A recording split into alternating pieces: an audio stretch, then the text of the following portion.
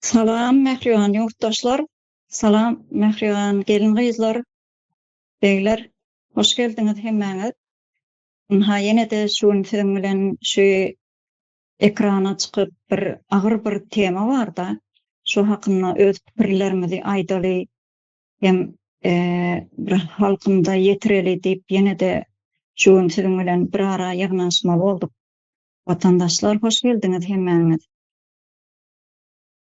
Şu esasy temamyzyň esasy nemesi başy şu zenamlar bolupdy şuňky gün.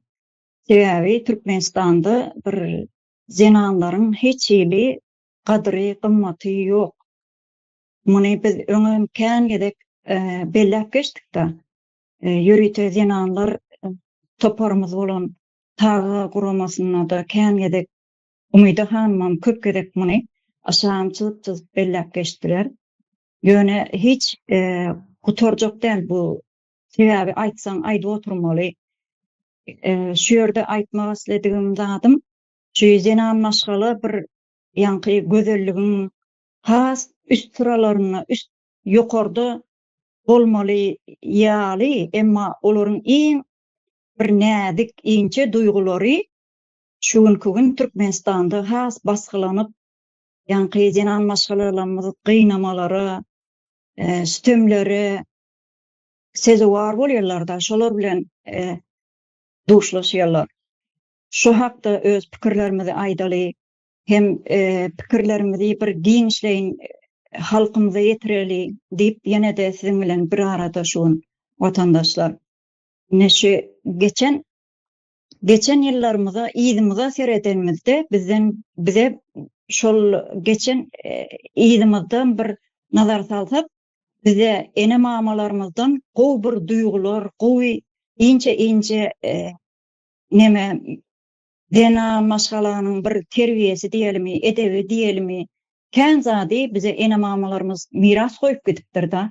Emma şo günden şu neçeli bir neme gözeňine getirip görsem, şuňky gün denalarymyz gaty bir gynanylyp, stömlere duçar edilip, ya bolmasa Türkmenistanyň içinde ine bir biýugine, bir günä ýüklenip, türmelerde gynamalara sezewar bolýarlar da. Buny aýtmagan, bu temany gurrun etmegen gaty bir agyr tema diýip düşünýän men. Özüm ýürekden gynanýan şeýle zatlaryň bolup duranyna da Türkmenistanyň şuňky gün. Buny biz geçen ýolumyza seredenimizde Anna Sultan Kekilowa ýene şoňa meňdeş bir topar zenamlarymyz bar da.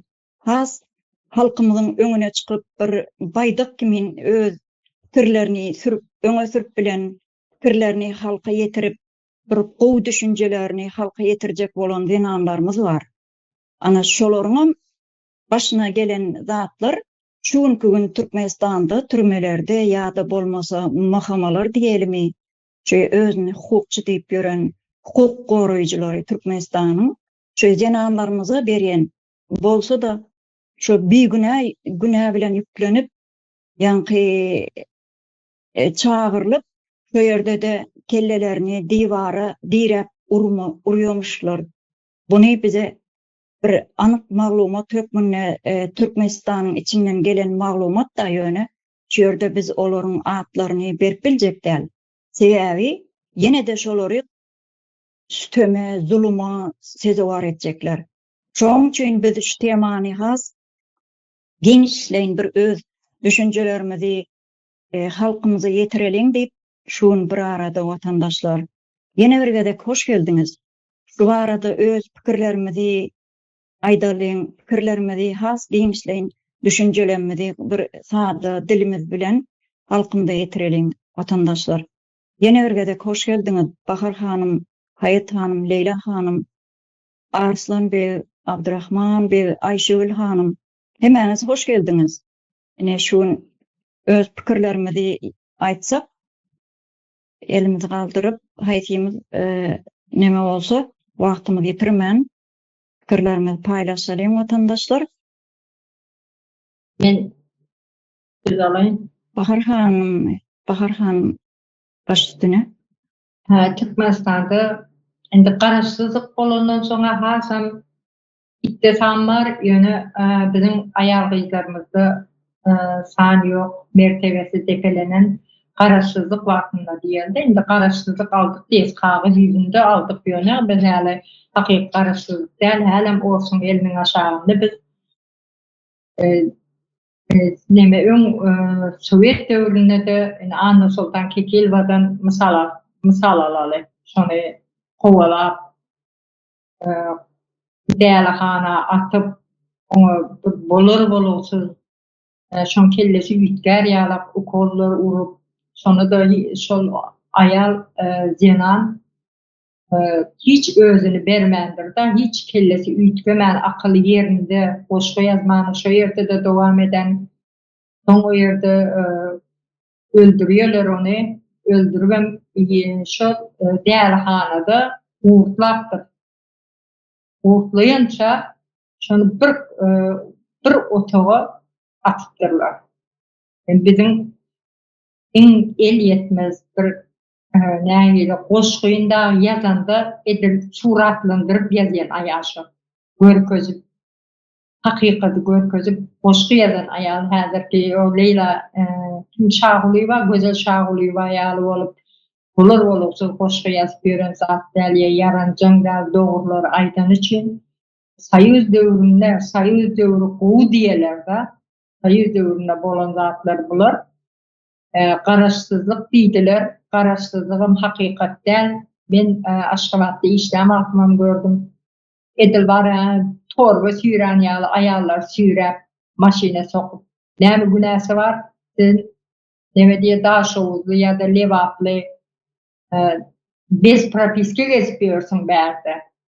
Polisiýa baranda da hemmäni bir bir otaga gabap saklap otyrlar şo ýerde. Bizim näme günämiz bar? Näme üçin beýdip bizi tutýoňuz? Biz Türkmenistanyň watandaşy dälmi diýip sorandy. Bardyr bir bilýänimiz diýe. Başgalar diýmeýe. Şo ondan soň poýzy bir gün o ýerde ýabanjy şuba. Biz öz Türkmenistanymyzyň içinde ýabanjy şuba bar. Türkmenistanyň halky üçin ýenanlar bolsun, erkek bolsun tapawut ýok. Poýza da mindirende daşyndan bir synak görseň, ol aýal, bu bir jenan, bir erkegiň namysy bolmaly-da ýöne. Şo ýerde bir poýza mindirişini görseň, bir aýal jenanyň daşynda her tarapynda bir polisiýa, ýani bir terrorist tutanýarlar. Her kime oňa seredýär. Bu jenanlarymyzyň mertebesiniň ýoklugy.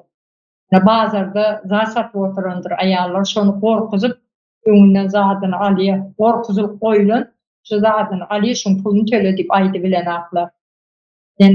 Hiç ele gadyr gymmat zat ýok. O polisiýa düşenden soň prokurorlaryň urmasy, polisiýalaryň urmasy, şolun bärsinde oturup zat soraýa diýe bir zady bilemek zat diýeninde hakykat şunu bir jenanyň özü gurrun berdi. Stolun ýanyna oturup baran şoň bar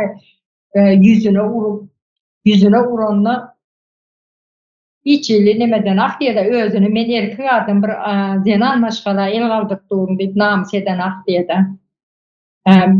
Şu ýerden ýakynda bir gyz gelin şu ýerde durmuşa çykan Türkiýede gidip geldi. Bahar anansaň diýe-de elimden aýagymdan ysgynym gaçdy diýe-de şo ýerde üýe gelip bir hepde çelmen diýe o bolan zatlar diýe atlatyp bilmedim diýe-de unutup bilmedim diýe bir hepde özüme gelip bilmäňizdim diýe-de men diýe hälem diýe Türk watandaşy diýe bolmasa diýe dokument üçin gidipdir. Türk watandaşy bolmak üçin eger men Türkmenistanyň watandaşy bolsam diýe o ýerde zorlardylar diýe-de. Men seni islämi bilen diýip dur ýüzüme seredip diýe men diýe näme etjegimi bilmedim diýe. Oşan ýanynda bar dollarlaryny çykaryp öňüne goýup agam gaýrat et men o ýerde durmuşa çykdym diýipdir. Men gitmeli diýip şey diýenden soň oşan uğradypdyr pullaryny alyp ýene-de şoňa şo wagtam durmuşa çykdym diýende de gatty ermet namysyna degilen bir söz aýdypdyr. Şu wagtça şolary belläp geçeýin. Gaty gynandyrjy, ýüregini paralayjy zatlar da, şeýden masgala şeýle zatlar edip bolarmy?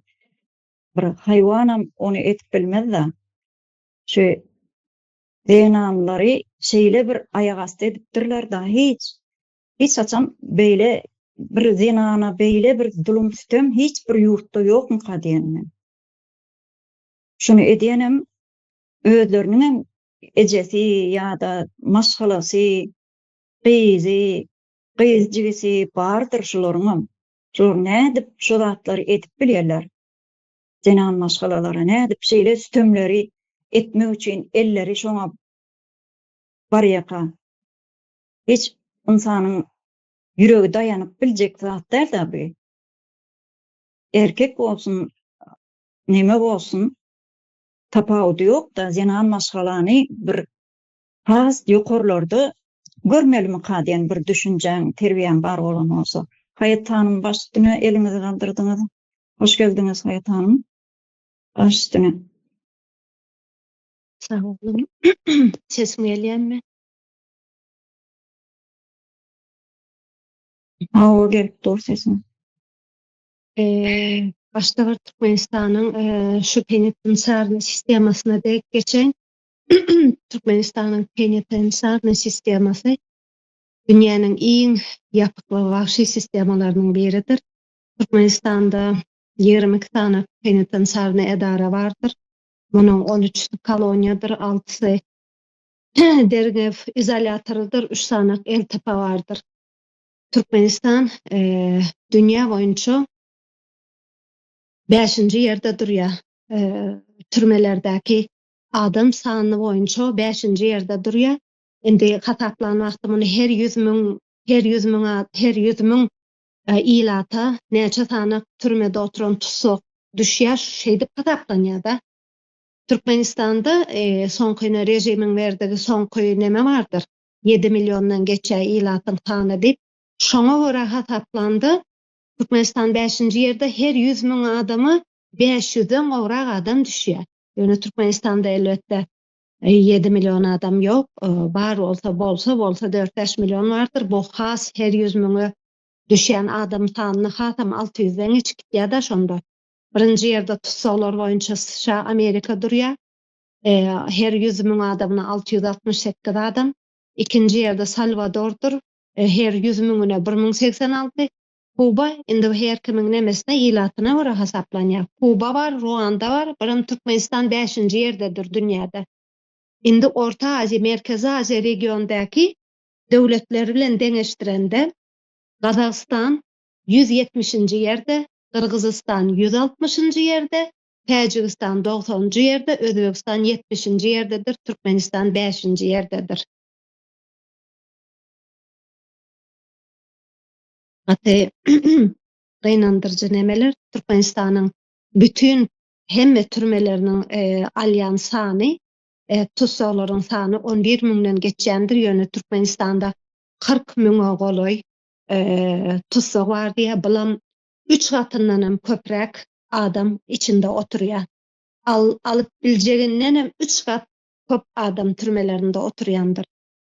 Ve Türkmenistan bu penitensiarny sistemasyny repressiýalar üçin, gorkutalmak üçin bir gural höküminde ullanýandyr. Ve daşawuzda 8 diýip nomer bilen geçýän aýallaryň türmesi bardyr daşawuzda. Bu türme Sowet Soýuzynda bile bu türmenin içinde diňe yerli ilat türkmen aýallarynyň 1% aýal oturýan eken. 2% galany başga bir milletiň aýallary eken. Ýöne şu wagt şu türmeniň daşawuzdaky türmeniň alyp biljek yeri 850'den 1000 adama çelli. Ýöne şu wagt 2000'den fazla köprek adam otur, aýal otur içinde diýär.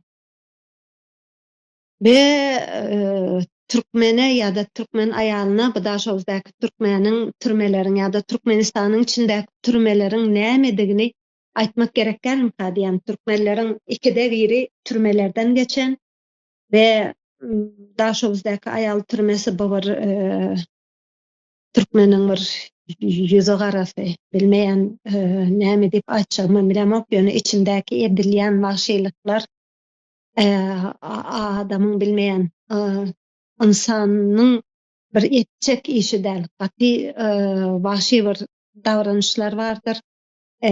İçinde meselem gaty gigiyena ýokdur. Tuberkuloz bilen bütün Türkmenistanyň türmelerinde hiç dermana başardylmayan, derman bilen dermana immuniteti bolan bir tuberkuloz bardyr. Lечебный устойчивый tuberkuloz diýilýär muňa. Bu tuberkuloz gaty agyr bir formasy diýe we Türkmen türmelerinde şol sanda aýal türmesinde de tuberkuloz bilen ketellerler ketellemedikleri bilen bir kamerada oturdurlandyr.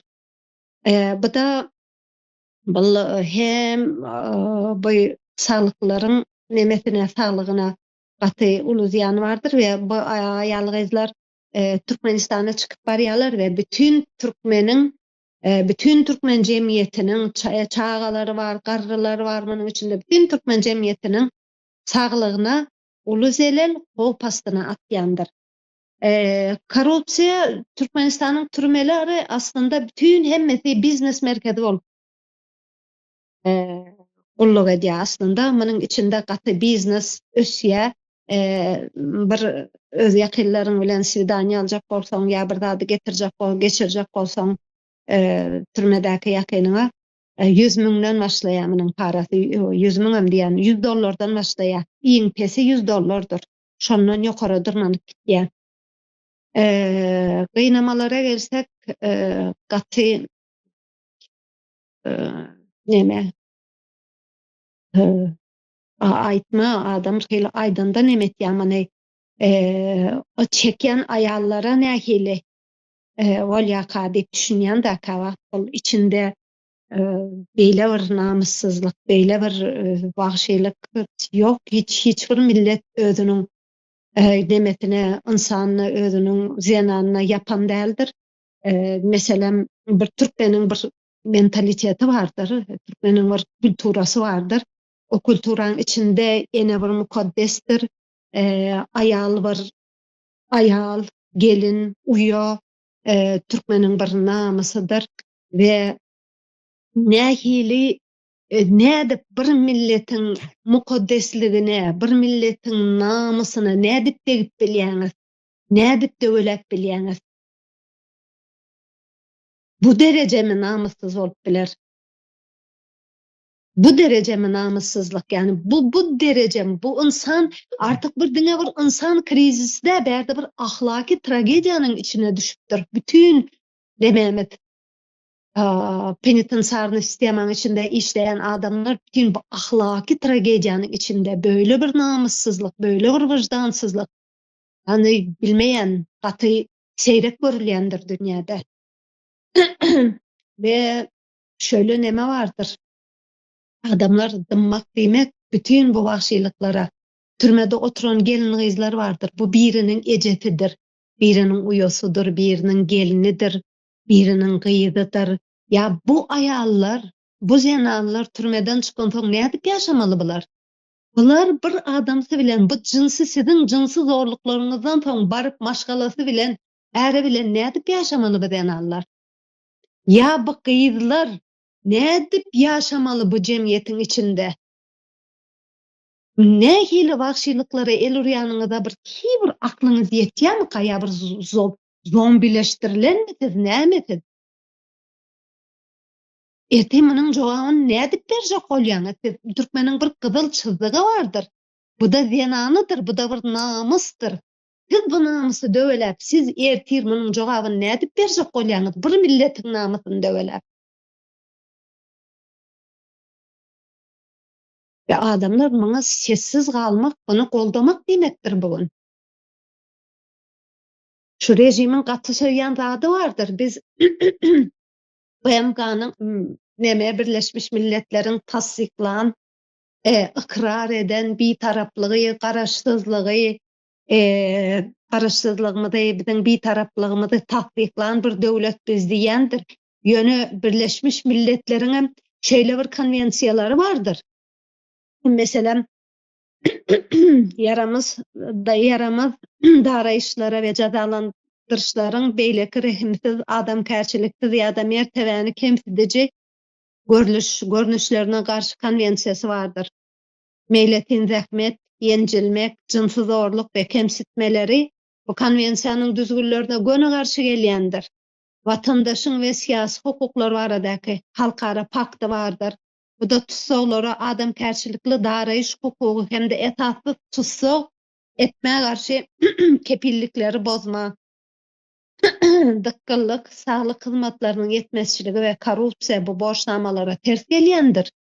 Aýkyl gyzlara garşy diskriminasiýanyň ähli görnüşlerini ýok etmek baradaky konwensiýa tizmine garşy näçe bu konwensiýalar ýerine ýetireňok?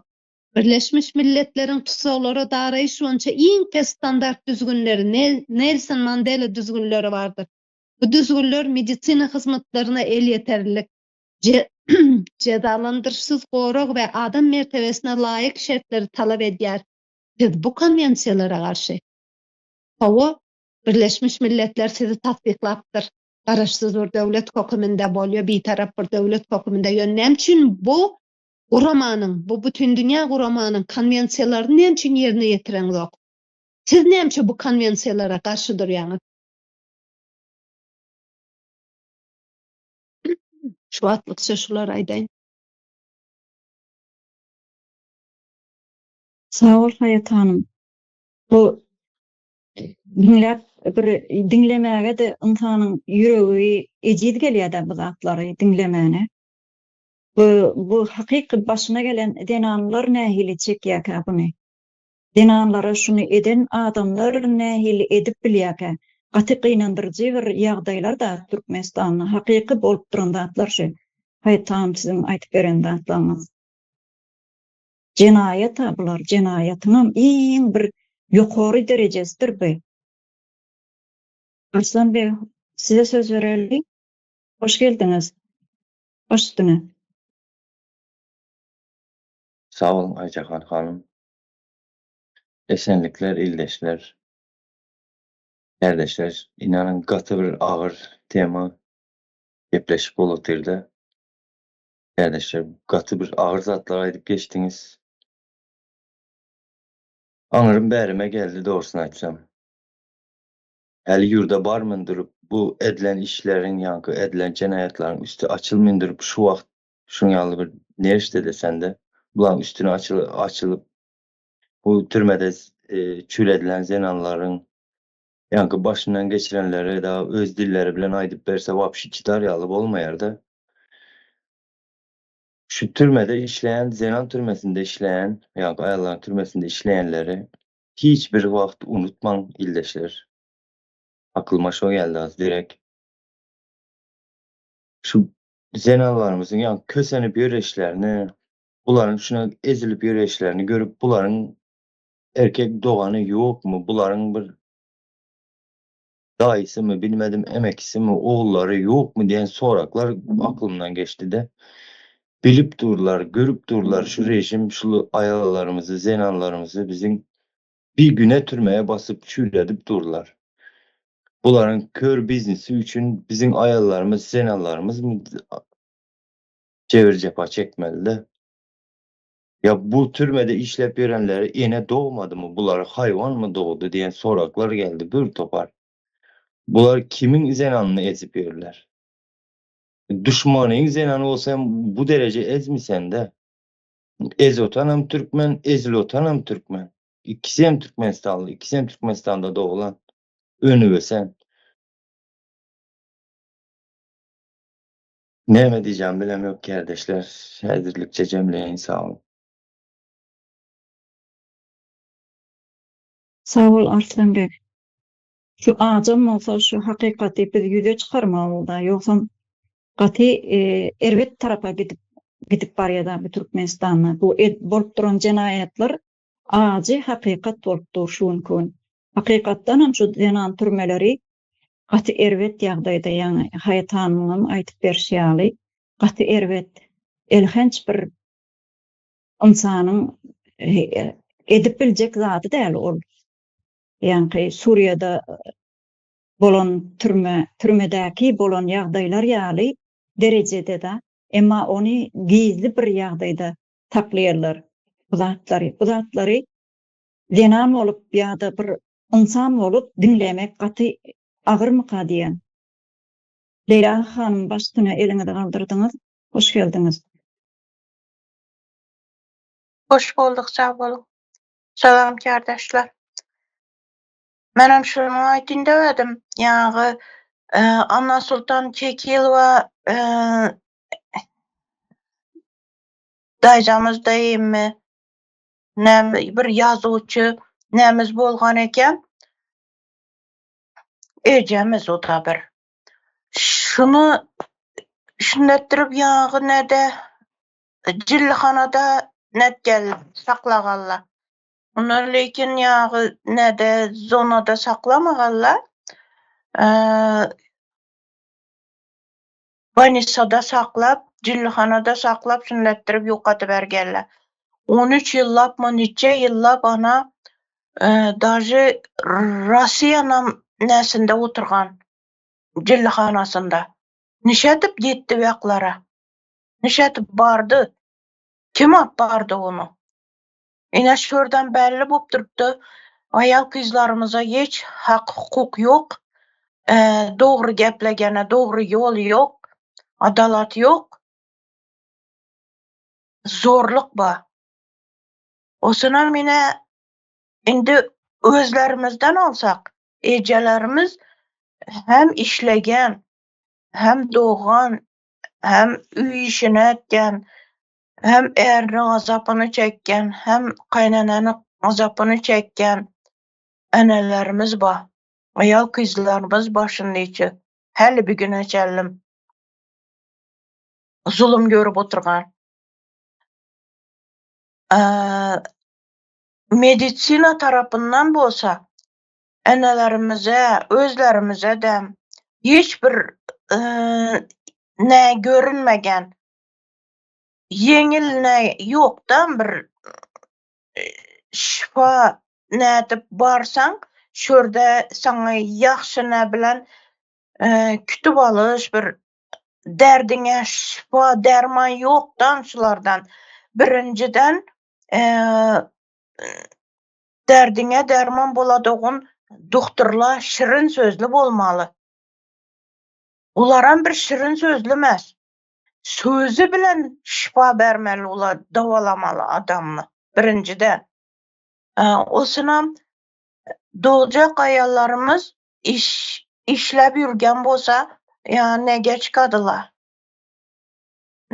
Noga çıkadılar ku, siz aytı berin. Dikrete çıkadılar.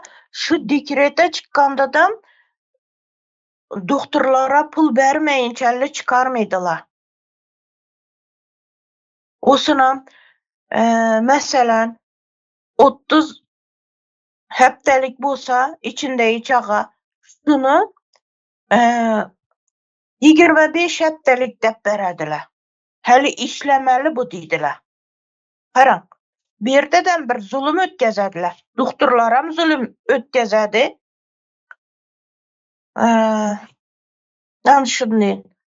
Kıyın ýagdaýda ayal kızlarımız. Bundan soň men köp bir ayal kızlarımızı bilemen. Türmede oturup zulüm görgen bir Rahatay degen bir kızını bilemen. Indi men şu bilgenimden aýtyn. Yani Rahatay epke degenini şundiň zonaga girgizgenden ýangıny urup suw sepip urup ýankyga özüne getirip urup şundetdirip jilleti berdiler. Osun özüne özü ýangy saçlaryny ýaýyp, ýyglap, kada gülüp, ana şundetdirip jilli bolup gitdi ýangy ayal. Onu jaýlaryny aldylar kollaryndan. Maşgalası bilinmem pıtırap gitti onu neleri. Eri, balaga çağaları pıtırap gitti. Yani şundettirip zulüm görgen ayallarımız ba. indi şu ayal heliye çıkmadı. Sesi dem yok, semeri dem yok. Şu ayalımız yok bu gitti türmede. Kim soruydu, kimden soramalı? Şunu. Ana, neçen birisi var. Men bilgen, bilmegenlerden. Neçen birisi var ondin. Ayal kızlarımız zorluk görgen. Osuna mina Sultan Açil var. Jurnalist. Jurnalist degen kesbi var. Şunu doğru düzgün jurnalistçilike koymadılar şu ecemizi. Sultan Açilvan'ı. Hiçbir yol yoruq bermediler. Doğru gepni aytmaqa, hunumunu görsetip bir jurnalist deyen şunday bolmaly. Her kime bir saval berip, ýene bir nädip, hörni birini görsetip näetmeli ahir öz kesbini yerine getirmeli o işini. Lekin şuna yol bermediler. Bizani yurtumuz şunday bir türmehanaga aylangan açık zona bizani yurtumuz. Kime aytmalı derdini? Kime näetmeli? Açıklamalı. Adalat yok. Adalata yazın desen. Ene şunday ýagdaýa gelip turupdy bizani yurtumuzu, ayal kızlary. Hiç yol yoruq yok. Indi başkasyny men aytyp oturmaýyn. Ine kerdeşlerimiz aytyp oturupdy. Men hem öz bilgenimi aýtdym hazır. Bolady, sag bolun söz bergeniňiz üçin. Sağ ol Leyla hanım. Bu pikirlerin için. Sultan Açilova dedim ya, yankı bellep geçtim de Sultan Açilova ýaly başga da müňlerçe zenanlar vardı. Sultan Açilova'nın biz nemesini ken bilmedim men, o hakda ken eşitmedim de ýöne Sultan Açilova da zenan edil şonuň ýaly başga da özleriniň ejesi bardyr, ayal dogany bardyr. Şonu eden gynýan adamlaryň. Şoň üçin kime bolsa insan. İnsanyň gadry gymmaty bolmaly. Esasen denan başgalanyň gadry gymmaty has ýokurda bolmaly. Emma bular nähili düşünje bilen, nähili eller bilen şodatlary edip bilýärler. Aslyn bir başdyny eliňizde galdyrdyňyz.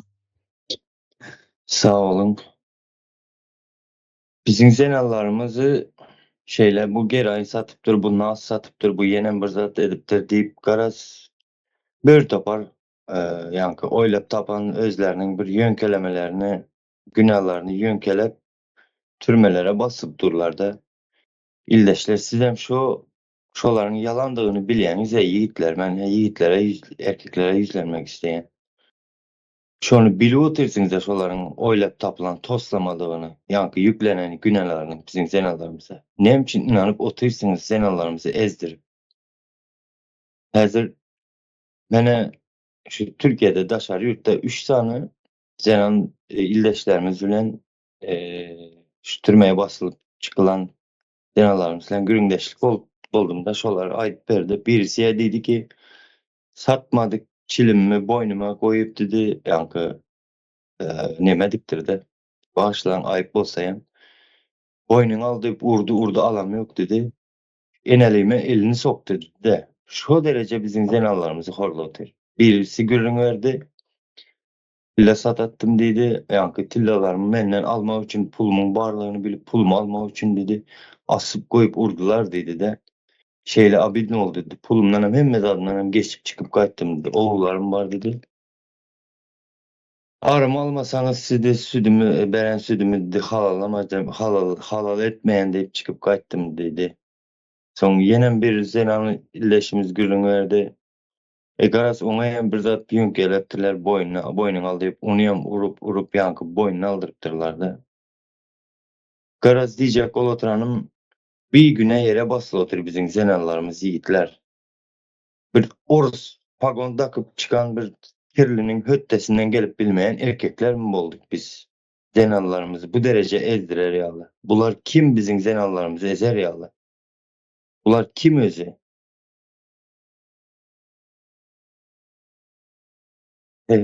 Diye gaty nerişde ettiredi bu temalar, bu gürünler. Özümü cemledim Ayçakan hanım. Sağ olun Arslan Bey. Gaty gynandyrjy ýagdaý diýdik-de ýene-de ýa haýatan belläp geçdi-de şöý Türkmenistan 5-nji ýerde durýar diýipne. Türmeleri oýunça, şu türmelerde iň adam sanynyň köplügi oýunça 5-nji ýerde durýar diýip belläp geçdi. Şu emma Türkmenistan bir tarapyna seredende yerasty, yerüstü baýlyklar oýunça 4-nji ýerde durýar diýip öwünýärler. Emma insanyň hiç ýyly gymmaty, gadry ýok Türkmenistanda. Bunam hemmämiz bilip oturýarsyň şu. Haýtanyň baş üstüne.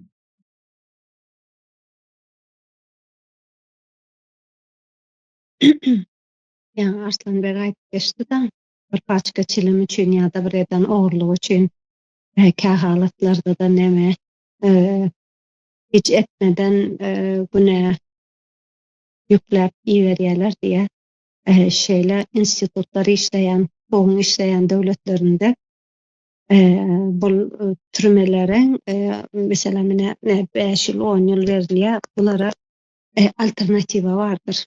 Mesela yeňil edilen tamam çelim tatdyr, ogurlyk etdirýär, ýene bir zat yeňillik eden işlerde başga bir täsir edici nemeler, jazalar bardyr. Mesela pul salýandyrlar ýa-da bir ýerde falan sagat işlemeli diýendirler. Ýa-da bilmeýän damaşny arestler bardyr. Ýöne bizim ýurtdan ýaksat ýokdur.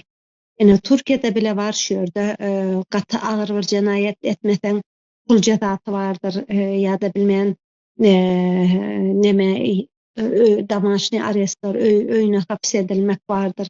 Gaty gumanly bir nemeler, alternatifler bardyr. Bizim ýurtda bu zatlar ýokdur.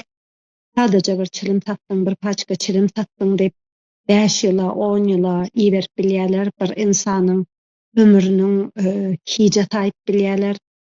5 ýyl, 10 ýyla giden adam o ýerden eýem adam şeklinde çykyp bilmeýär, o ýerde adamyň eýem ruhuny döwüp adam däl bir şekilde çykarýarlar. Bu da näme suwutnamasy, bu da Türkmenistanda insanyň değeriniň ýoklugynyň, bu karaçyly sistemanyň diňe şol insanlary bir korku içinde saklamak üçin, rejimiň häkimiýeti elinde tutup bilmesi üçin insanlary bir korkuda saklamaly. Bularam bu türmeleri neme karaçyly sistema, korku bir sistema, insanyň ruhuny döwme höküminde ullanýandyrlar. Bu da munyň suwutnamasydyr. Türmeler hukuky işleýän bir döwletlerde türmeler ýalňyşan insanlary hiç mertebesine degmeden insanyň hiç bir şekilde fizik taýdan, moral taýdan hiç bir insanyň değerlerini bozmadan diňejek şol eden ýalňyşyny düşünür ýa-ni derecede edip jemgyýete gaýtaltanyň çykarýandyrlar. Jemgyýetde ondan soň jemgyýetiň baskysy bolmadan bu adam şu jemgyýetde bar bolup bilmelidir. Ýöne biziň türme, o wagşy türmelere girip çykmalary çykandan soň jemgyýetimizden bu derece nähil diýen ahlak taýdan gaty neme edilipdir. Näme diýilýär onu? Bu ahlaksızlaştırılıpdyr ki jemgyýetem bulara basýar. Bir türme girip gelen bir zenan eýem var bolup bilenak bu jemgyýetde. Bir dogry ýoly durup bilenak. Bu sebäbi jemgyýet basýarmy? Jemgyýet türmäge basyp geldiň. Sen türmäge git oturup geldiň. Bu turmada ötürüp gelen diýip adam hasabyna göreni ogaýan many. Ýurduň içinde şonuň üçin bu karaçyly sistema insanyň ruhuny döwmek üçin bir sistemadyr we insana gumanly bir neme dagranýan bir sistema däldir. Bunyň suwutydyr. Sağ olun. Sağ ol Haýat hanım. Gaty dogry belläp geçdiňiz ha. Şu Doğrudanam zenan maşgalalanmady şunkün gaty erwet bir stömleri, zulümleri baştan geçirýän o ýerde bir uly bir jenaýatyň bolup durandygyny anlady da. Şoň üçin biz muny dinlemäge de bir hileden am bolgam ýüregim hiç neme rahat bolanakda bu zatlar dinlägen. Zatlar ýurdun içinde bolup görüp oturan watandaşlarymyz nähili duýgulary başyndan geçirýär. Arslanbek başyna ýene-de elini galdyrdyňyz. Havaş son gezem söz alın uzağa çekmeyin. Bu häzirki guramaçylyk terör topar hamala bizim ýa-ki zenallarymyza iş yerleri açıp iş yerlerden Türkmenistan içinde doldurup koyupdyrlar. Zenallarymyza ýa-ki işlerde işlemen ogurlyk edip ýa-ki bilmedim ya geraýyn satan ýaly şekilde türmelere basypdyrlardy. Siz ýurdun içinde ýa-ki polisiýasy olsun, mehkemesi olsun iş yerleri yapanları goradyňyz. İş yeri açanı goramadyňyzdan iş yeri yapanny goradyňyz siz. Siz gönülden gönül bizim halkymyza dönüklik etdiňiz. Şonu bilýänizmi Ors pagonlar. Ondan soň yigitlere, ýa-ki erkeklere, ildeşlerime yüzlenmek isleýände ýurdumuzy düzedelim, ildeşler, yigitler. Zenallarymyzyň, ýa-ki ejelerimiziň kösenmesi, mertebesiniň depelenmesi, bu horlanmalary hemmesi kesilýär. Yurdumuzu düzetsek kesilýär problemalar. Bizim zenallarymyzyň üstündeki problemalar, ýa-ki agyr durmuş çek oturanlary şeýle bir garym gatym bolup gidipdir ki, sada göz bilen seretseň, ýa-ki çözüp bolmajak ýaly bolup gidipdir de. Aslında yurdumuzda döwlet sistemanyň guruksuzlugyndan halkymyzdan döwlet gurjak bolup oturmady da, gurmadylar. Şonuň sebebi şu zatlar. Yurdumuzu bir düzedelim yiğitler, illeşler. Onsoň zenallarymyzyň hemmesiniň ýa-ki horluk çekmesi kesilýär.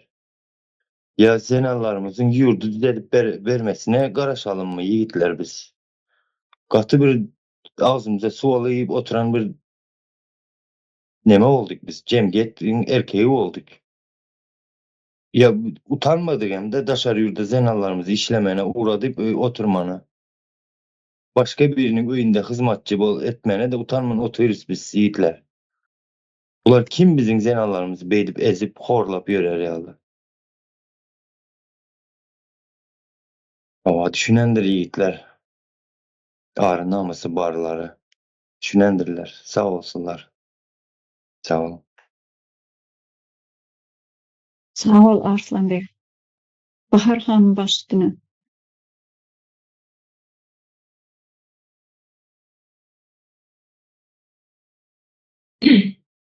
Ayağım bugünlerde ayağımın yürüyorum yerlik oldu da.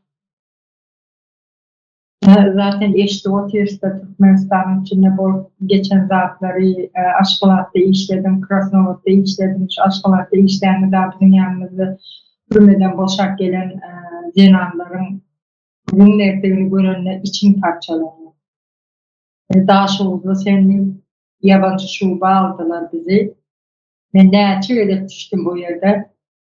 Türme yerini alıp oldum. Şu yerde daha ağaç saklayalar ayarları, cenanları, kıyızlar var, yaşaçık kıyızlar var şu yerde. Cenayeti boyun aldıracak olup, şunu urup, yine küm var, başkalarını sürükletecek olup, urup, kıynap, şey demedenleri, onda içinde yuvaşırakları oluyor, ağzı boşırakları oluyor, korku uğrar, öňgüler ýazady, görmedikleri sady. Hiçe polisiýalar şonary aktiv dur. Özlerini görkezmeýär. Ýöne saldat goýberýär, esger goýberýär şo ýere. Plany, sen gel, sen akmeli. Gelýär, şoňlara ýüzünden belli şogydyň näme görüp geleni belli ýere bak.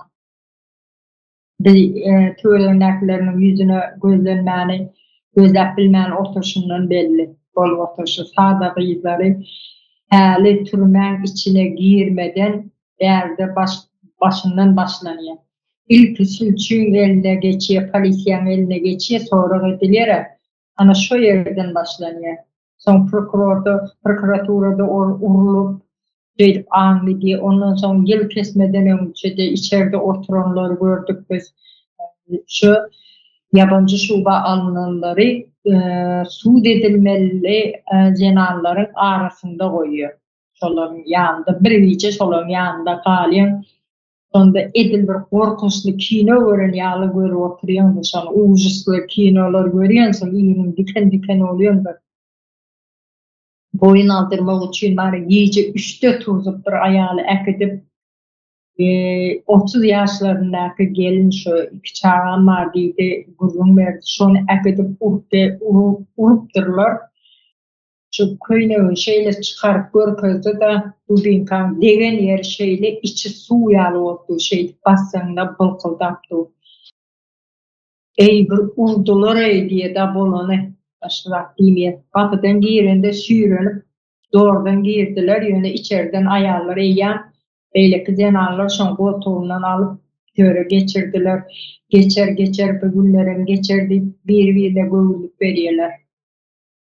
Yerde içinde türmeden ömünce 3 ay oturuyorlar. Su olmadan ömünce 3 aya çelli suud etmeye saklıyorlar. Ekidiyeler, getiriyorlar. Şu şey sonra edip de şonda şu zenarların iyen nahari erkeklerin kim şeyledir.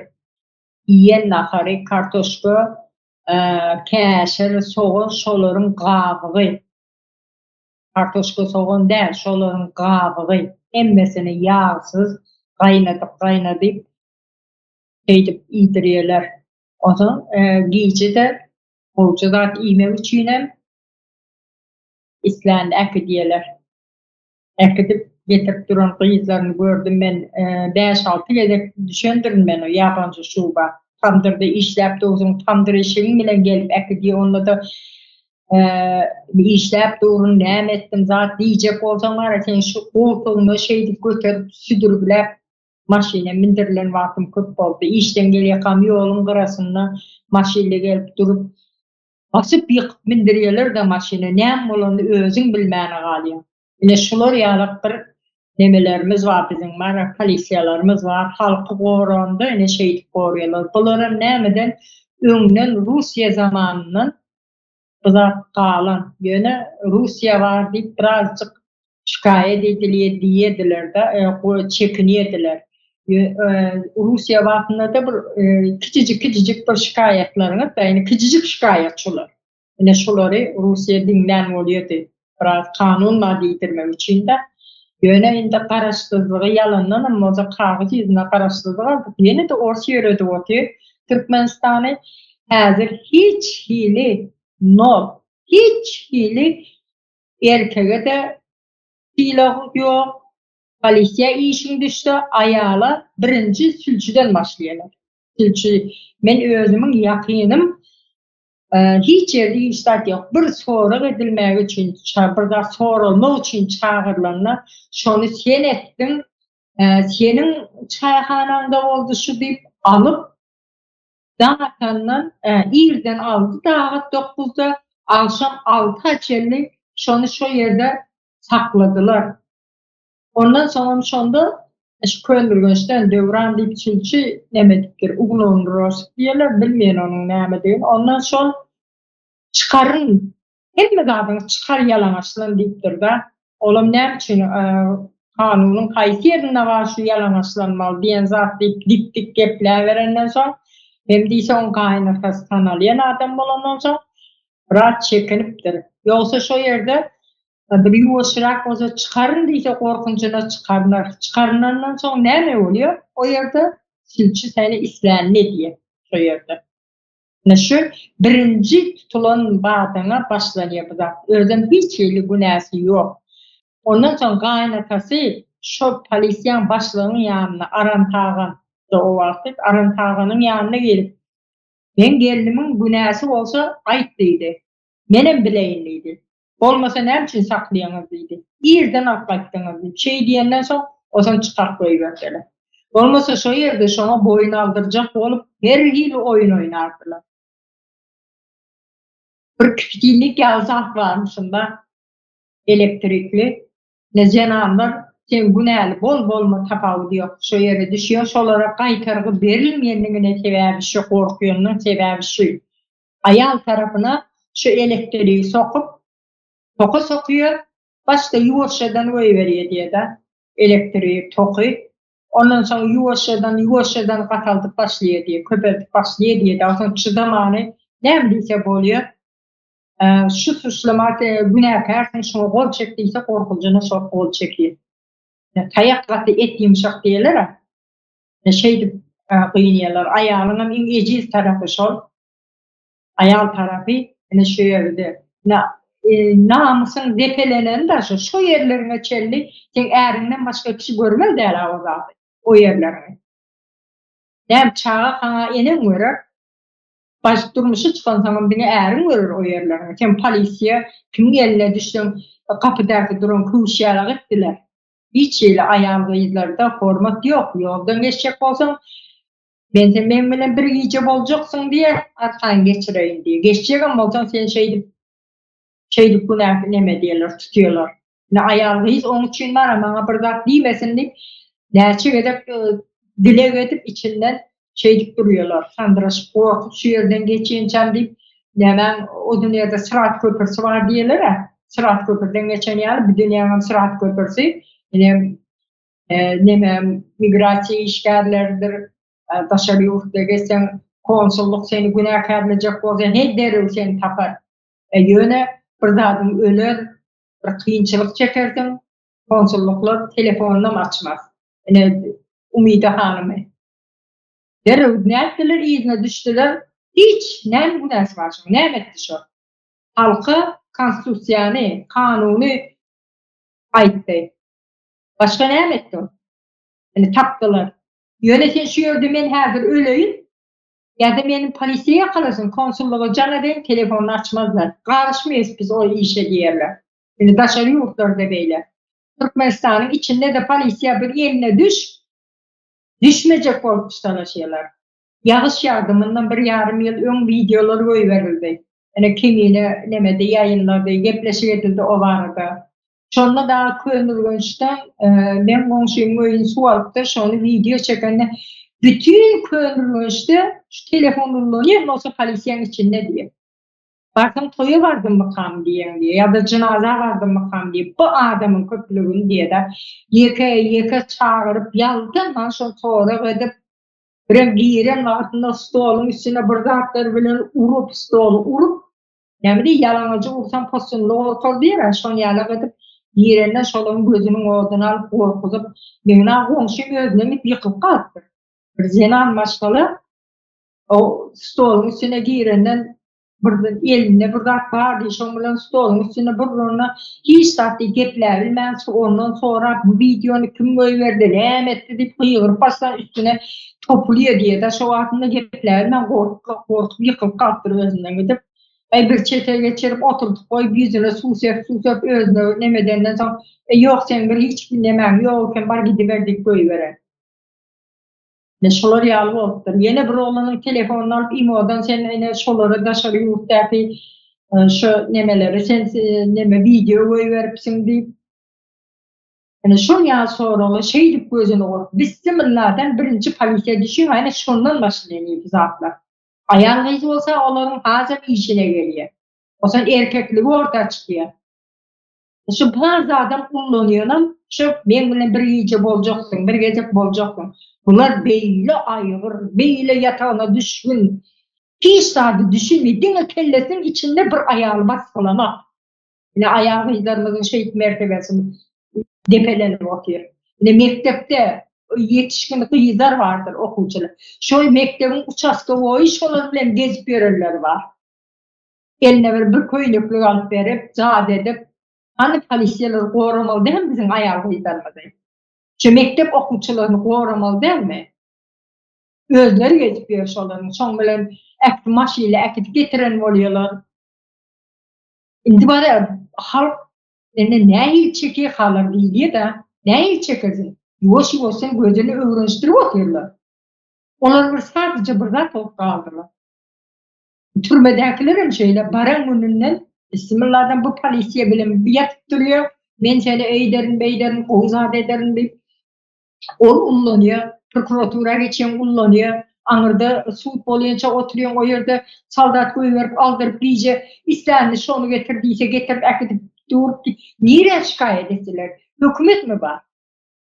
Şikayet eder ya sen arkanı durur yani sen arzını dinler yani hükümet mi var Türkmenistan?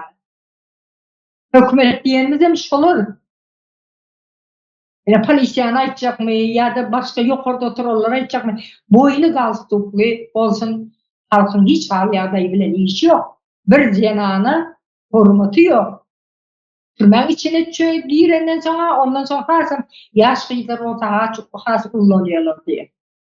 Türmeden çıkıp gelirler aydı oturuyor. Elimin diye şu yönüne narışlık taktı diye yukarıdaki geçen gaz turma as koydu diye. Çıdamadım diye de ne diysen edeyim değildim diye yalvardım diye. Elimin şu yönüne as koyuptur yok orada. Ahırlığını neyle götürsün? Yine ayağım aşkala berliyen nemez silo hormatı bularmış o. Sonra ödülen altında prokuratura var. Olan ben öz yakınım, kızım diysem ben oluyor. Oturdun. Burada geplen vaktinde oturgucu dep koy veren o oturgucum düğütmüşün. Kellem diye stena değdi, duvara değdi diye gözümden ne uçullar çıktı bir şeydi. Ondan sonra bir denan başkalarını iki tane prokuror var urmak. Ben o yerde duruyorum. Sen bir yaş denan başkalarını urup atıyorsun. Ne şular yalak hareketler var. Yine ayan polisler vardır. Cenan polisler. Olaram şeyle. El dubinkalı uruyorlar. Ayarlar beylek polislerine eline veriyorlar. Bizde hiç polisiye ayalı erkeği hiç kaydım düzgün işlemeye işini yerine getirip durana. Ne şeydi okuyucu vaktinden başta kellesini şadaklara bulaştırıyor. Ondan sonra polisiye düşüyor. Bismillah'sından onların gözünün oğdan alıyor. Ondan sonra türbe düşüyor. Türbeden sonra gelenden sonra şu ayarları o zaman o içinden çıkar mı o bolup duran zatlar içinden çıkar mı o yerde zorlanmalar, isten erkek gelsen üstüne atlamalar, bu zatları o ayağınızdan türmeden boşak gelenler gözümden gider mi ben şunları ya zatları yaşadım deyip içine vuruluyorlar. Yani şeydi ben hemen psikolojisi bozuluyor. Dünya arayışı yok onların. Ölen de yönü bir canlı hareket edebiliyor. Yönü ruhu ölünç olur. Türmetçen erkekler hem şeyle ben ölçülüyüm oturdu türmede gerayinliler.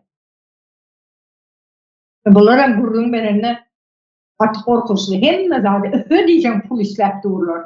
Demek içinde ulu bir biznes aylanıyor türmen içinde. Tramadolu qadağan etdi, gerayini qadağan etdi. Çirip satan yasakını otur türmen içinde. Gerayini tramadol gerek mi? Ne mi gerek o zaman? Bir kuşun suyu yok dediler. Ben türmen köp çörek olsun, neyem olsun tanımasam şu bir türmen itibariyen diyse verip uğra dedim. İçimler şolardı. Şonla gurrun veriyeler. İşte o bir kuşun suyu yok. Türmede deyip şeylik gurrun veriyeler. Men telefon numaramı alıp sağ olsun aytmak için men bilen habarlaşanlar oldu. Şolaram gurrun verende katı korkunçlu. 20 sanaqa adamı da bir oda salıp koyuyor. Aynası yok, kapısı yok, diyen yağlı ayna kapısı açılmıyor. Isıdan kondisyoner üyünden getirmeli. O eğer türmede oturan her ayda iğnit koyuverip duran ayal net neme on kondisyoner at dersin. Klima net var dersin. Şey yılına kondisyoner benim vaktimim oldu. Başlarsın Bahar Hanım sözün böyleyin katı elhan statları da dinlemeyene mene yüreğim bulanak bu zatları. Hemen beylek kardeşlemeden el kaldırıp dur. Başüstüne Arslan ver. Sağ olun Aycahan hanım. Şurada hazır Bahar hanım bir zatı suud edip geçti de bir gününün arasında. Yankı gaynatası gelininin izinden barıptır. Menin gelinimin neme günahsı bar deyip Indi şu taýda şu adamyň eden işi gelininiň arkasında durduğu bir geliniň arkasında durjağını gözü yeteni üçün ol ýa-ni kimde polisiýadakiler mi kim bolsa hem şolar şu adamın arkasında duracağını bilip bunun arkasında duracağı adam barlygyny gözü yeteni üçün goýubarypdyrlar. Men şeýle dep düşünýän muny.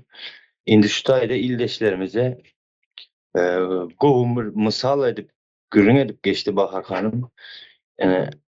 Görün ildeşler, birbiriniziň arkaňyzda dursaňyz şu rejimi yıkıp bolýar. Şu rejimiň çarkyny çympytyrak edip bolýandygyny suwd edip geçdi häzir Bahar hanım.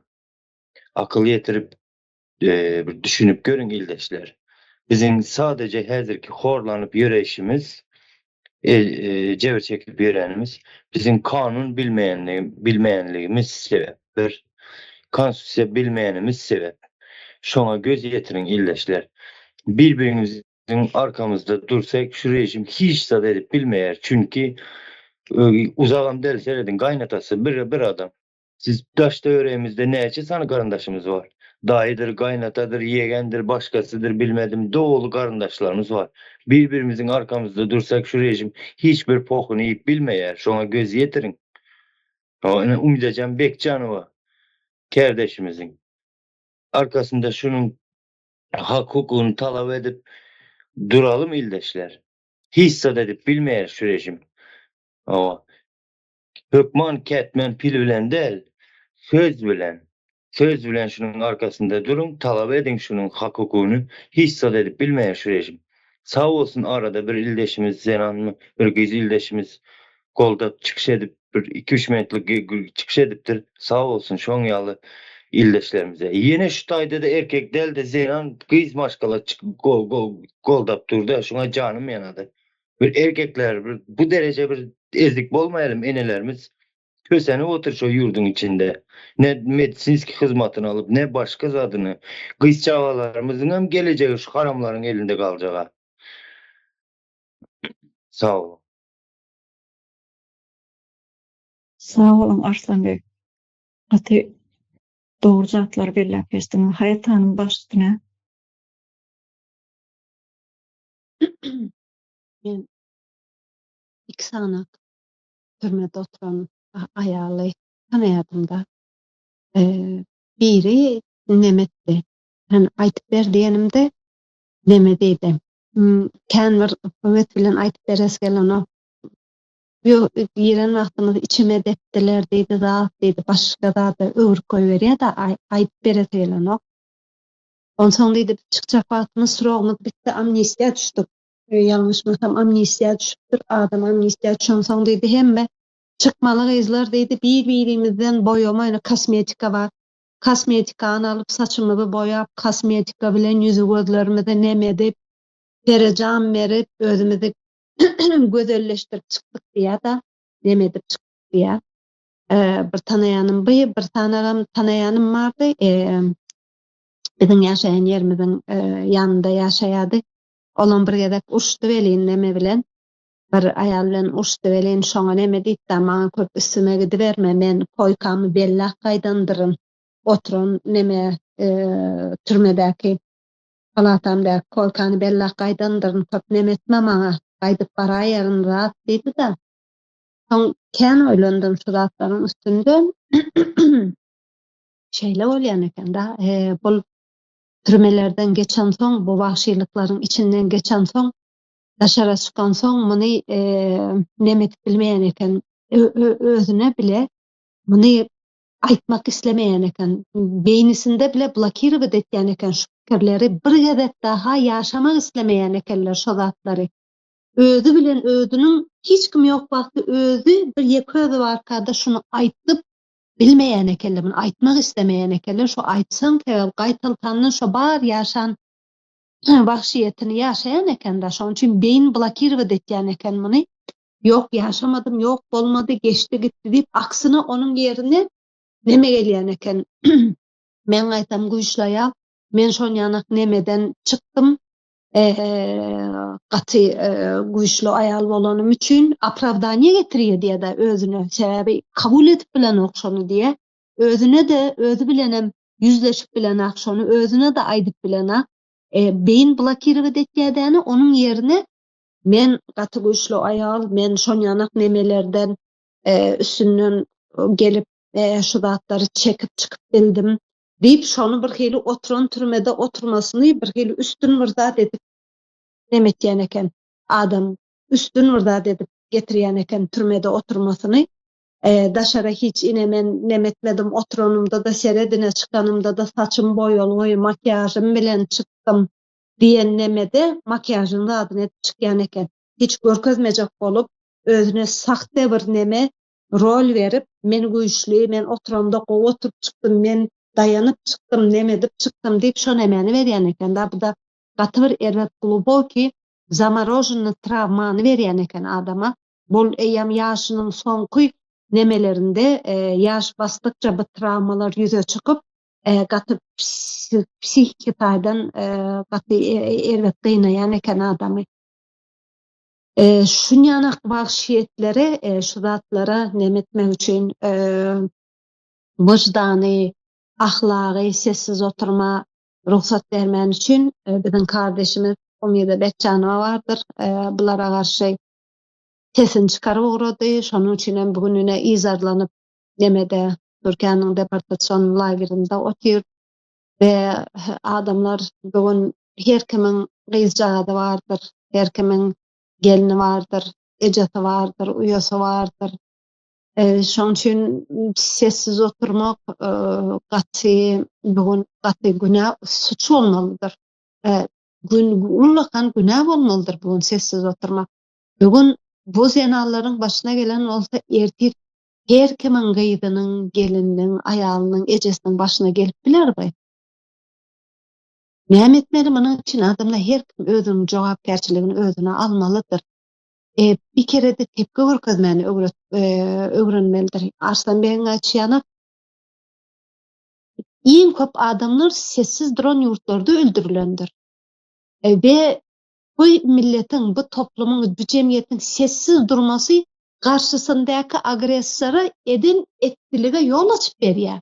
Siz sessiz dursaňyz, bular sessiz durdukça sizi bilen etjegini ederler. Şoň üçin sessiz durmak günädir artık. Meselem, senin güýjüň yetmeýän bir garşyňda adam bardyr, sen barsyň, sen sesini çykarman dursaň, o seni durar. Urur. Öse de urur, geçte de urur. Senden tepki görenak. Tepki görmezsizlik sana beznakazmyst getirýändir. Yani edin etdilik etdirýändir sana sessiz durmak. Berde diňeje bir ol agressorda sessiz duran senem günäkär bolýan. Ve meselem senin şoňa güýjüň yetmese de bir ýerde sen uranmakdyň, sen şoňa güýjüň yetmese de ýankyny depgilep, diýişlep, garşylyk görkezanmakdyň, hawa bu gedek seni urur, ýöne indik gedek ol adam düşünmeli bolar sana degijek wagty. Ay şunuň bilen uğraşmaýyn, şoňa degmeýin, geçen gedek meni dyrnady, men geçen gedek meni diýişledi, geçen gedek maňa garşylyk görkezdi diýer. Bugün garşylyk görkezmesek bizem günäli bolýar. Sebäbi biz ýol açyp berýär olaryň edin etdilik etmegine. Sag bolun. Sağ ol Haýatan. Gaty dogry pikirleriňiz üçin sağ olun. Sebäbi siziň aýdyan datlaryňyz şu türmelerde bolup duran hakykatlar, azy hakykatlar ýa-ni Bahar hanymyň siziň hem bellep geçişiniz ýaly. Bu zatlaryň hemmesi ors metodlary bilen edilip durulan oyunlar da perde arkasında ors tarafından bir yönlendirilen sistema da bu. Bu hemişe dowam edip dur bu. Näçe ýyl bäri dowam edip dur. Arslanbeg baş üstüne. Aýjagan hanym sağ olun. Ýekeje bir zat goşup geçmek isledim de. Şu aýallarymyzyň ýa-ni türmeye basılan ildeşlerimiz barda, aýallaryň türmesinde yatıp çıkan ildeşler. Sizden haýyş, dinle oturanınız bardır ya, şu tanışlarınız vardır. Bir çıkıp bir şu zatlaryň gürrüňini edip beriň şu zatlary suwutnamalary bilen, çislosy bilen hemme edilenedi ad familiýalary bilen bir suwut edip bereň ildeşler. Men şunu haýyş etjände O son şeyde bir zat var. Yani ses ulu rol oynar. Hayat Hanım katı doğru aytıp geçtiniz. Yani sözleyen var buların. Malçanezini aksaklasıydı. Şu hakiki şu. Sessizlik oturdukçanız olarak güç veriyeniz. Al ne emşetsen edivermeni dediğiniz razılığınızı veriyeniz. Seyredin halkın yani sesi sözü kanundur. Bunu hiçbir zaman unutma. Halkın hakkı var deyip boşuna yöne yerden aydılmayar. Şu zatlara ünüs verin. İlleşler sağ olun. Sağ ol Arslan Bey. O şu halk hakkını torumasa yani Hayat Hanım'ın aytışyaly şu gelip seni urup durjak, gelip seni islediğini edip durjak yani. Bahar Hanım aytып berdi türmelerde dinanlara nähili kıynamalara sedewar edilýär dinanlar. Şon ýaly o haywan etmez o elhenç ýagdaýlary. Haywanam etip bilmez. Haywan haywana da etip bilmez şon ýaly elhençlikleri. Başystyna Bahar Hanım. Halk var birinin arkasında dursa koşutırmak için men hükümet diktir onlar hiç etçeklemesi yok. Korkup bilecek ýagdaýda değiller. Ne bizim ben o wagtynda Türkmenistan'dadım. O wagtynda bizim bir goňşymyzyň öýüne bir polisiýa geldi. Oğluny bir ölüp bilmem. Eşi erkek bolsa ýognadylar. Ne bizim öýüňden erkekler çağırdı da oğlanları. Polisiýa geldi. Ecem yerini bakınla tutup durup näme üçin diýdi. Näme üçin barmaly o ýere diýdi. İçeri alıp daşarda ejesi garaşmaly. İçeride de oğlunu urdup bir daktar boyunna goýjak bolýarmy diýdi. Bir jenaýet bar da diýdi. O jenaýetleri tapy bilen zakmy diýdi. Şoň üçin mi äkitjek men oğlumy diýdi. Elinden şeýdi bakynla berip durdy. Yok da izzetine diýdi sorun. Neme bilýän zady barmy sorajak bolýar. Bilýän zady ýok şoň diýdi.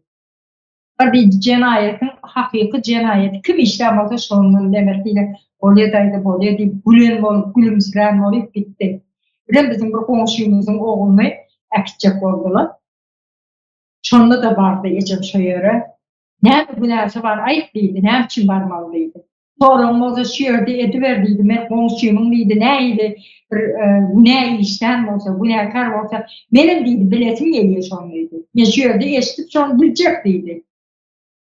Ondan äkitmediler onu. Ýöne başga keris goňşularymız bardy, özbek goňşularymız bardy. Ay bir erkek göbekli bolsa ýognadylar, bir iki sanak gyzy kılalap gereğin sakyen ekende, onu Özbekistan'dan alyen ekende, Özbekistan'dan gelip öldürdüklerler de mafiye diýdiler onu bilmeyen yöne. Şonu tapıp bilmeyeni ne diyen oğlanları urup mayip ettiler. Men özümün daimim oğlanları şoğu iz bilen pul alışveriş ediyen ekende $2000 attı şondan. $2000'dan getirip beripdir. Şu defterinde yazılı eken, adı var eken, $2000 verin, ne alanı. Şonu al, şu oğlanı var ya, urup, sonundan başka bir dağda çolak koyuyor, günahkar değildi, belli oldu.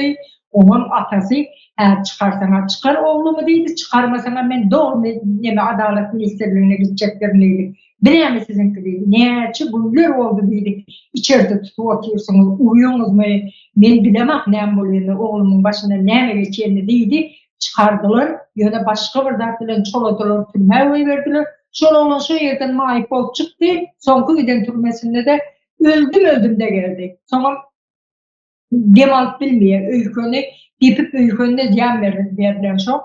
Demal bilmeyen öldü şol oğlan. Sonundan 68. yılda olan sonunda öldü şol. Şonun ýaly bir oğlanın uranı var kelle şeýle ortaňda. Ne çalan bir aýdan şey tutdy. Doğrular dene. Şu an mı depdiler diye de hiçbir ya sen kellemdir ya da bir böwregiňdir ya da bir ýeriňdir diýen zat yok. Dünýä aýallar erkeklerimizi şeýle mal etdiler de polisiýa gelýär o ýerden diýenler sandırak dil tutulýan etdiler. Ýene de aýdýarlar da Türkmenistan'ın kula korkak diyeler. Ne şeydi ben korkak ettiler. Yöre Türkmenistan'ın halkan var ha, sebep var ekeni. Biz korkak gezi verir diyen zat yok. Birin arkanızda durup bir tutamazını anırkılırım. Köpler şunu koşup şu arkasında dursa polisiye diyen zat hiç adam edebilmeye. Birini türmeye alın altında hemmeniz gidin izinden. Ayaklanın. Hakkınızı talep edin. Şeyli bir ağzı birlik olsa, birlik olsa hem yerde de hakkını, hukukunu iyi olup bilersin. Yok onu değildi, bize bir gelme arasında kapıyı yap içeriden geri otursan ya da onu öyle oldu deyip sen derdi otursan bana degana ben son yanak bir akıllı mı kan deyip otursan o zaman bizim bu yaşayışımız devam ediyor.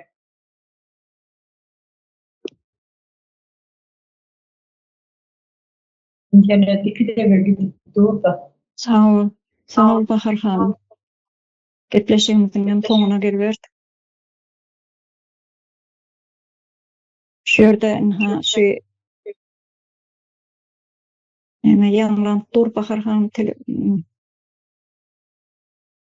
vatandaşlar şu gepleşigimizin soňuna gelberdik muhak diýenler. Sebäbi bu gepleşigimiz gaty bir agyr insanyň ýüregine bir täsir edip biljek bir neme boldy da.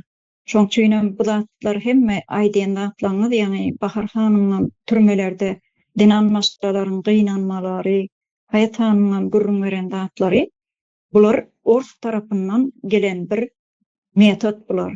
Häzir dowam edip duran metod bular. Şu kän aýdyň adamlary 91, 92, 90 şu ýyllardan bäri şu Türkmenistan tagydyny öz garaşdyrlygyny alandan bäri aýdyň adamlary odan depede ýok etdiler da.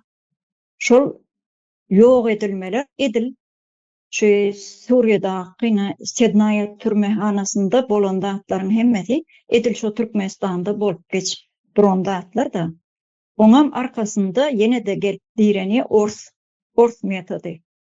Ors tarapyndan bir ýüredilen sistema var. Şoň üçin bu zatlar bolup duran bir insan diýe-de, insan bir başgasynyň bir azyzyny duýup bilýän bolsa, insandyr diýe. Eger biziň garşymyzda bir erwet bir zat bolup duran bolsa, ona bu ortada bir ýanky şu türmehanalar insan gynnamalary bolup biljek hatta bu. İnsan onu şu karşındaky adamyň sen zorlanyp duranyny bilibem. Şu erwet zatlary edýän bolsaň, onu sen haýwandan tapawdyň ýoklugy. Haýwanam hiç açan beýle dagranmaz, beýle hereket etmez. Bu zatlar gaty elhenç ýagdaýlar vatandaşlar. Bahar hanım ýene de eliňizi galdyrdyňyz. Rada çykyşgarak tutjakmy? Östüne. Gysgarak tutjak. Şu zatlaryň hemmesine soň vermek üçin Merdan Muhammedow biziň aramyzda tutulýan ady süýüp ullanýan adamyz Kemine. Şunun häzir şu zatlara soň vermek üçin täze Türkmenistany gurdy. Häzirim odan depede otyr. Munyň bir ýatlatyp geçeýin. Ýene adyny tutmadylar ýa-da unutdularmy diýilen zat ýok. Biz Keminämizi iň soňky demimize çellem ýatdan çykarmaýar. Şol oglana da barmagyňyzy watyryp ýa-da bizi Türkmenistan düzetjek boldum sedip ýok etmäge hiç ymtylma. Häli şu ýerden ýakala gidenler oňa bar destek bolanlar. Konsulluğu barmy, Daş işleri ministeri barmy? Hemmesi şuňa bar bir goşulanlar hemmesi cezasyny gatyryp agyr ödejekdirler. Owadan depededen nirede otursa da şuňa bäbek ýaly bakylmalydyr. Öz ýaňy doglan çağaňyza näil goýup bakýan bolsaňyz şu oglana da şeýle bakylmalydyr. Merdan Muhammedow. Şuňa bir ziýan ýetirseňiz, size olsun cehennemi ýaşarsyňyz. Ýaşardyr size. Şunu şu yerden aýdyp geçeýin. Sağ ol Bahar hanım. Merdan Muhammedowam şo gizli ýagdaýda alyp gidenem şo ýene Daşary işler ministrligi bolup durýar da şu ýerde. Ankaradaky konsulluk, Türkmenistanyň baş konsullukslugy bolup durýar. Bu insan gaçakçylygyna giren bir neme da ýagdaýda. Şu umyda hamam biýgüne neme bilen saklap otyrlar şuň gün. Umyda Bekjanwany. Teger Umyda Bekjanwany hem işler etdi. Şu Türkmenistanyň konstitusiýasyny madda ortağa çykaryp halkymyz şuny bir bilsin, öz hakyny, hukugyny talap etsin diýip ortağa çykan Baýda Pýaly eden almy şu. Bizim Milli Halas Etiş Komitetimiziň gurjy mejlisiniň adyndan kän işler eden zenanmy şu. Ýöne bu zenan maşgala diýileni bir gaty inçe, bir gaty näzik, gaty bir gözel bolmaly. Emma bizim zenanlarymyz näme üçin daşary ýurtlarda bir döwüm ekmek, bir döwüm çörek üçin, çaýaçyklaryny eklemek üçin, maşgalasyny eklemek üçin ýat bir ýurtlarda ne sergezdan bolup ýörler. Şu zatlary düşünmesi lazım bizim Türkmenistanyň watandaşlarymyzyň hem şu polisleriň hem özüni hukukçy diýip görenleriň hem konsuloslugyň hem Daşary işler ministrliginiň hem ähli nemeleriň şu özüni hukuk goraýjy diýip görenleriň şu zatlara göz ýetirmesi gerekli. Şu ýerden o watandaşlar başga goşak aýyrjaklarymyz ýok bolsa, bugünkü temamyz gaty bir agyr, gynandyrjy bir tema boldy da. Watandaşlar pikirlerimizi biz halkymyza ýetirdik öz pikirlerimizi. Ýene de şu bizim bilen köpräk şunýaly neme gepleşiklere gelip köpräk bir pikirlerimizi halkymyza ýetirmek üçin ýene de size garaşýas watandaşlar. Şuňky gepleşigimiz arajygam bolsa, siziň ýüregiňizde bir yer alan bolsa, biz has bir degençli bir duýguny başdan geçirýäs watandaşlar. Başga goşak aýyrjaklarymyz ýok bolsa, onu jemläýärin şu ýerde. Hoş sag bolun watandaşlar, gelip beren gyzykly gurrunlaryňyz üçin. Geljekki gepleşiklerimizde görüşýänçä hoş sag bolun. Sağ olun.